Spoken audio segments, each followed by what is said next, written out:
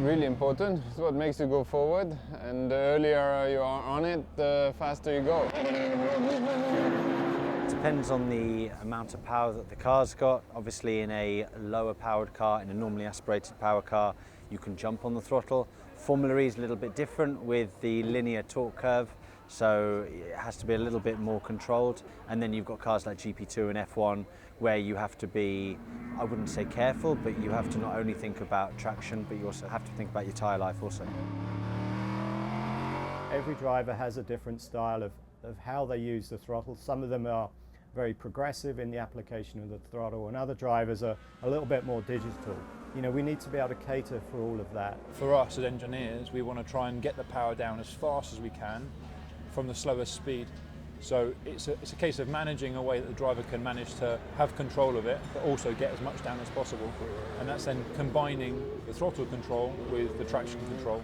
If you just kept smashing into the traction control using more throttle than that actually was required, the engineers would be on your case very quickly to sort of look at your fuel number at the end of each lap.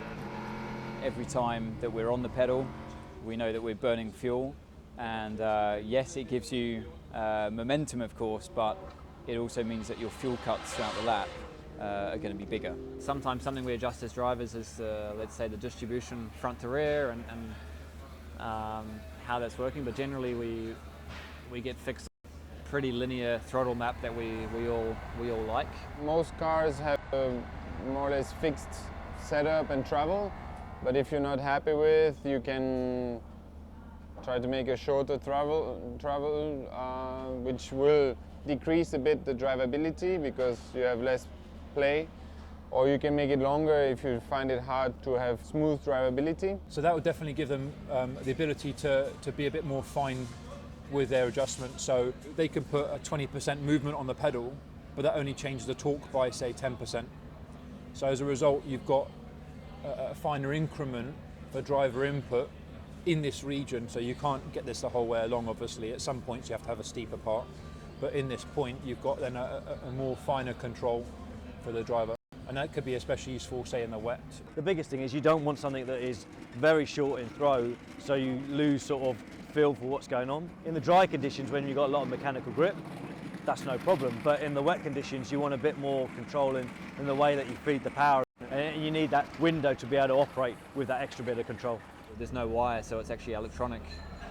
So you're pushing against, you're not pushing against a cable or pulling a throttle body like you would in a car from years ago. So that's something that they can set up. They have a damper behind the throttle, and having a little bit of damping is actually quite nice as well, because going over a bump is at least if it's damped and you have a bump, then damping is good to have. You can work with engineers and play with the engine settings to have a smoother pickup or a more aggressive one, depending also on what engine you have, if you have a turbo engine or a normally aspirated.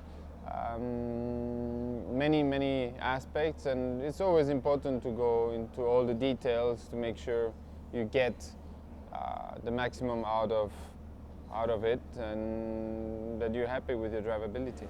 The driver also has the ability to change the way that the engine responds to how his foot operates on the pedal. So the engine's a drive-by-wire, so we have the ability to subtly change just the response of the engine, and perhaps as tyres are wearing out, he can go to a less aggressive map. It's something that comes quite instinctively to the drivers as well. It's amazing that we have this team of engineers that have all the strategy tools and simulations, but at the end of the day, the driver still has the ultimate feel for when you need the throttle application and how we use it, and we can relay that information back to the engineers. They can feed it into their simulation tools and know what we're going to like or what we're not going to like on different parts of the track.